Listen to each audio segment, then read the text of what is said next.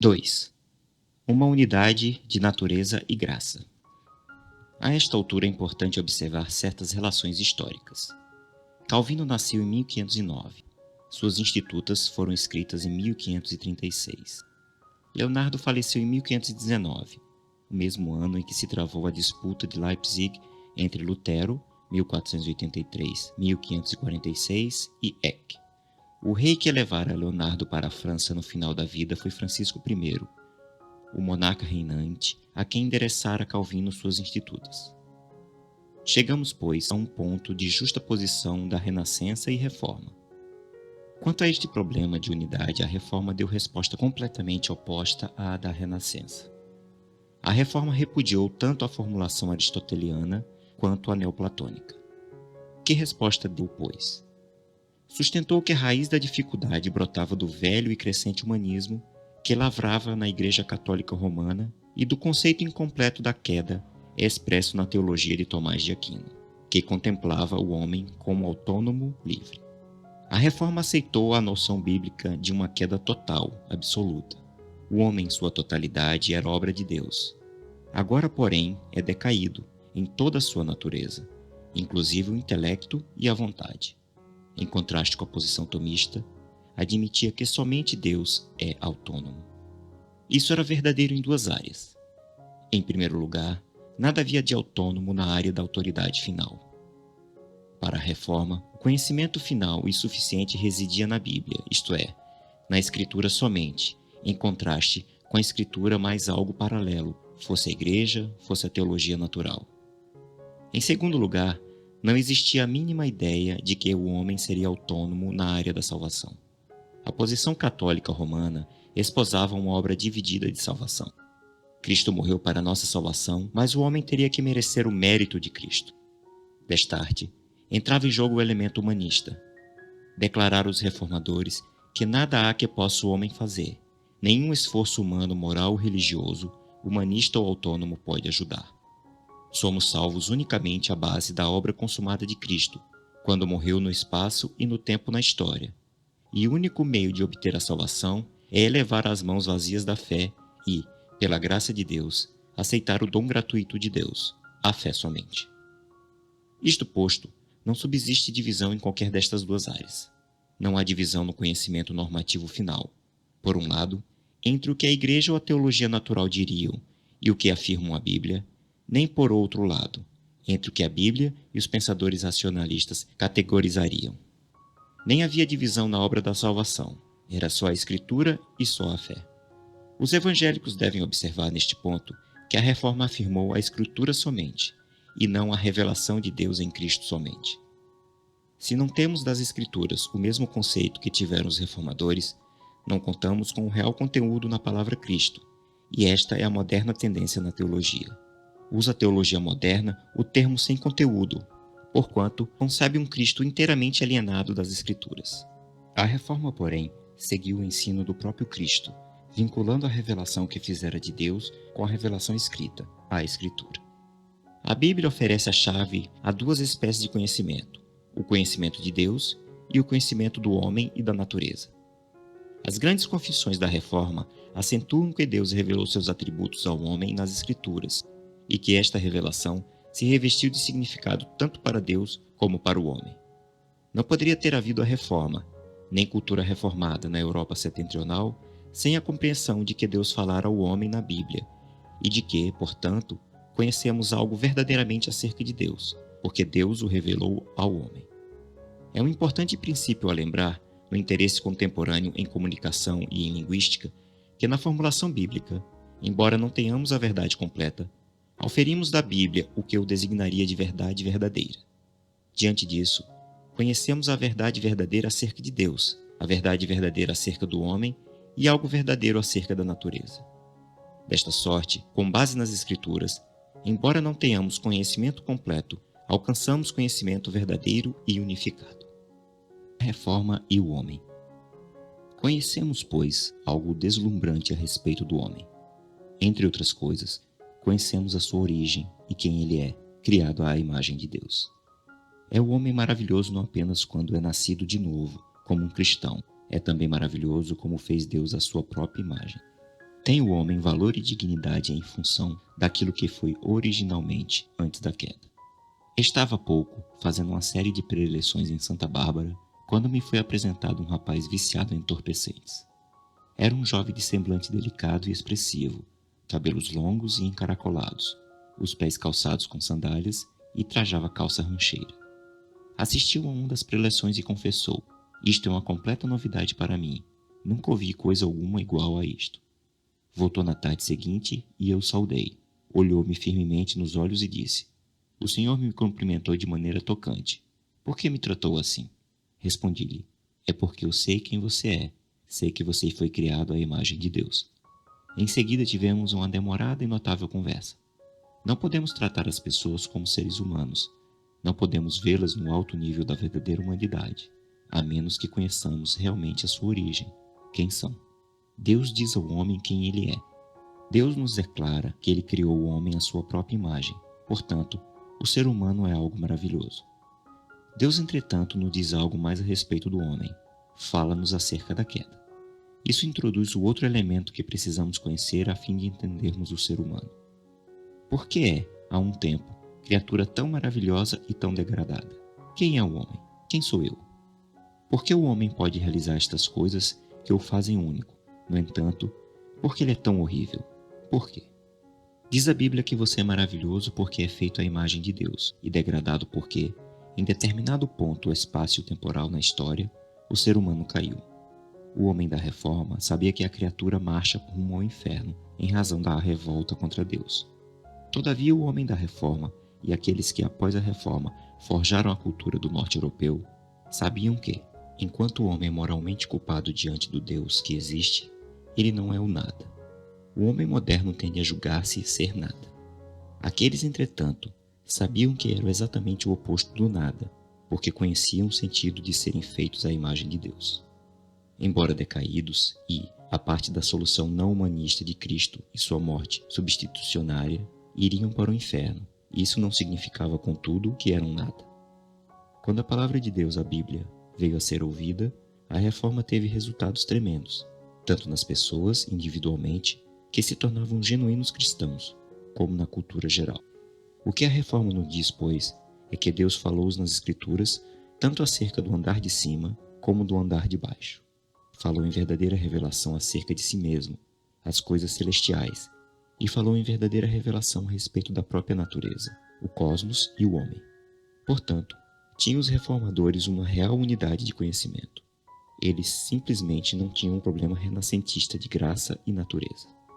Obtinham real unidade, não que fossem mais sagazes, mas porque alcançavam uma unidade cuja base se achava no que Deus revelara em ambas as áreas. Em contraste com o humanismo que Tomás de Aquino liberara e o humanismo que o catolicismo romano fomentara, não reconhecia a reforma qualquer porção autônoma. Não queira isto dizer que não restava liberdade para a arte ou a ciência. O oposto é que era a verdade. Havia agora a possibilidade da verdadeira liberdade dentro da forma revelada. Contudo, ainda que haja liberdade para a arte e a ciência, não são elas autônomas. O artista e o cientista também se acham debaixo da revelação das Escrituras. Como se verá, sempre que a arte ou a ciência procuram fazer-se autônomas, certo princípio sempre se manifestou. A natureza devora a graça, e, consequentemente, a arte e a ciência bem logo começaram a parecer destituídas de significação.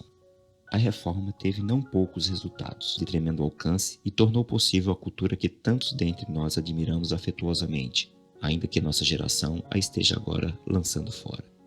Confronta-nos a reforma um Adão que era, usando a terminologia característica da forma de pensamento do século XX, um homem não programado, não arranjado como um cartão perfurado de um sistema de computação. Uma característica que marca o homem do século XX é que ele não pode visualizar isto, uma vez que é de todo infiltrado por um conceito de determinismo. A perspectiva bíblica, entretanto, é clara.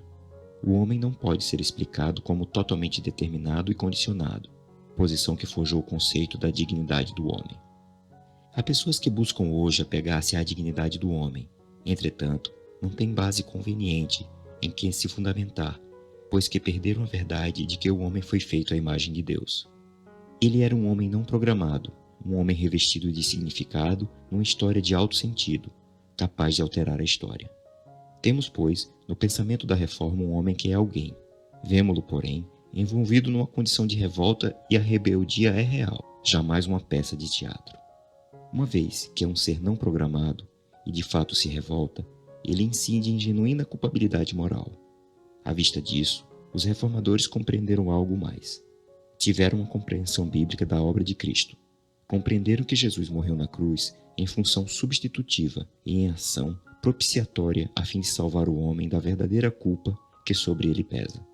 Necessitamos reconhecer que, no instante em que nos pomos a alterar a noção bíblica da verdadeira culpa moral, seja a falsificação psicológica, seja a falsificação teológica, ou seja de qualquer outra forma, nosso conceito da obra de Jesus não será mais bíblico.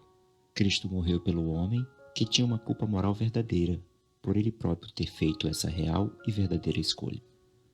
Mais acerca do homem. Algo mais nos cumpre agora ver acerca do homem. Para tanto, importa-nos ter em mente que tudo no sistema bíblico remonta a Deus. Admiro o sistema bíblico visto como sistema. Embora possamos não gostar da conotação do termo sistema, pois que se afigura um tanto frio, não quer isto dizer que o ensino bíblico não constitua um sistema. Tudo recede ao princípio e, dessa forma, o sistema se reveste de beleza e perfeição únicas, uma vez que tudo se acha sobre o ápice do sistema. Tudo começa com a espécie de Deus que está presente. Este é o princípio e o ápice do todo, tudo daí defluindo de maneira não contraditória. Diz-nos a Bíblia que Deus é um Deus vivo e muito nos conta a seu respeito. Talvez o que de maior significação pareça para o homem do século XX é que a Bíblia caracteriza a Deus como pessoal e também como infinito. Este é o tipo de Deus que está presente, que existe. Ademais, este é o único sistema, a única religião, que aceita Deus com estas características. Os deuses orientais são infinitos por definição, na acepção de que a tudo abarcam, o bem tanto quanto o mal. Contudo, não são pessoais. Os deuses ocidentais eram pessoais, todavia, muito limitados.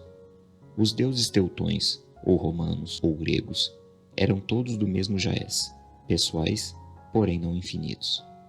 O Deus da fé cristã, o Deus da Bíblia, é pessoal e infinito. Este Deus da Bíblia, pessoal e infinito, é o Criador de tudo mais. Deus criou todas as coisas e as criou do nada. Logo, tudo mais é finito, criatura. Ele, e ele somente, é o Criador infinito. Podemos representar graficamente esse fato assim: Deus pessoal e infinito, abismo, homem, animal, vegetal, máquina. Ele criou o homem, os animais, as flores, a máquina. Do ponto de vista da sua infinitude, o homem está tão separado de Deus quanto a máquina. Mas, diz-nos a Bíblia, quando encaramos o fato do ângulo da personalidade humana, deparamo-nos com algo bastante diferente. O abismo, a separação, está num outro ponto. Deus pessoal infinito, homem, abismo, animal, vegetal e máquina.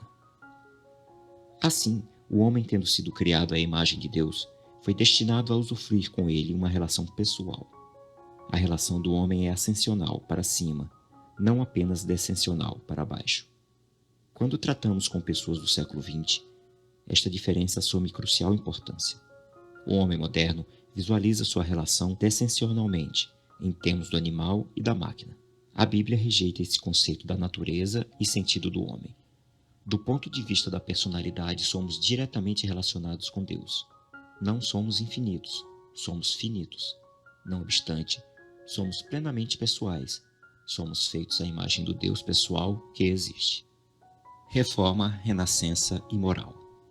Não há poucos resultados práticos dessas diferenças entre o pensamento da renascença e o da reforma. De vasta área se poderiam amealhar ilustrações. Por exemplo, a renascença outorgou liberdade à mulher. Não menos o fez a reforma, com grande diferença, porém. A obra de Jacob Burckhardt, A Civilização da Renascença na Itália, publicada na Basileia em 1860, é ainda padrão nestas questões. Ressalta ele que a mulher da Renascença na Itália era livre, contudo, ao preço elevado da imoralidade geral. Burckhardt, 1818-1897, gasta páginas e mais páginas para ilustrar este fato. A que se deveu isso? Ao conceito então vigente de graça e natureza. Tais coisas jamais são apenas teóricas, pois que o homem age de acordo com seu modo de pensar. Poetas líricos, amor espiritual, amor ideal, traço. Novelistas e poetas cômicos, amor sensual. Na porção superior estão os poetas líricos, que cantaram o amor espiritual e o amor ideal. Na inferior, os novelistas e poetas cômicos, a apregoarem o amor sensual. Houve um dilúvio de obras pornográficas. Este elemento do período renascentista não se limitou à literatura, caracterizou o próprio estilo de vida que levaram os homens dessa época. O homem autônomo viu-se embalado em insolúvel dualidade. É o que se vê em Dante, por exemplo. Apaixonou-se por uma donzela, à primeira vista, e a amou por toda a vida. Mas, a despeito disso, casou-se com outra mulher, que lhe deu filhos e lhe lavava os pratos. O fato simples é que esta separação natureza-graça invadiu toda a estrutura da vida renascentista, e o andar inferior, autônomo, corroeu sempre o superior. O homem integral. Muito diferente era, e é, a perspectiva bíblica sustentada pela Reforma. Não é uma concepção platônica. A alma não é mais importante que o corpo. Deus criou o homem no seu todo e o homem todo é importante. A doutrina da ressurreição corpórea dos mortos não é coisa superada, anacrônica. Ela nos diz que Deus ama o homem todo e que o ser humano é importante em sua totalidade. Portanto, o ensino bíblico se opõe ao platônico, segundo o qual a alma, o superior, é muito importante enquanto que o corpo, o inferior, fica com bem reduzida importância. A concepção bíblica opõe-se, de igual modo, à posição humanista, em que o corpo e a mente autônoma assumem grande relevância, mas a graça se faz praticamente destituída de significação. A posição bíblica, acentuada pela Reforma, sustenta que nem a concepção platônica nem a humanista satisfaz. Primeiro, Deus fez o homem todo e está interessado na totalidade do ser humano. Segundo, quando se deu a queda, fato histórico que ocorreu no tempo e no espaço, ela afetou o homem inteiro. Terceiro, à base da obra de Cristo como Salvador, e mercê do conhecimento que temos na revelação das Escrituras, há redenção para o homem no seu todo. No futuro, o homem integral será levantado dentre os mortos e redimido perfeitamente. Diz Paulo, no capítulo 6 da Epístola aos Romanos, que já na presente vida temos uma substancial realidade da redenção do homem como um todo. Ela se processa à base do sangue de Cristo derramado e no poder do Espírito Santo mediante a fé, embora não seja perfeita nesta vida. Existe o soberano senhorio de Cristo sobre todo o homem. É isto que os reformadores entenderam e a Bíblia ensina. Na Holanda, por exemplo, mais do que no cristianismo anglo-saxão, eles acentuaram que isto significava o senhorio de Cristo na cultura. Desta sorte, isto quer dizer que Cristo é Senhor em ambas as áreas igualmente: graça, traço, natureza. Nada há autônomo, nada à parte do soberano senhorio de Jesus Cristo e da autoridade das Escrituras. Deus fez o homem todo e está interessado no homem todo, e o resultado é uma unidade. Desta forma, ao mesmo tempo em que se processava o nascimento do homem moderno na Renascença, a Reforma dava a única resposta adequada ao dilema humano. Em contraste, o dualismo no homem renascentista trouxe à tona as modernas formas de humanismo, com as misérias e sofrimentos do homem moderno.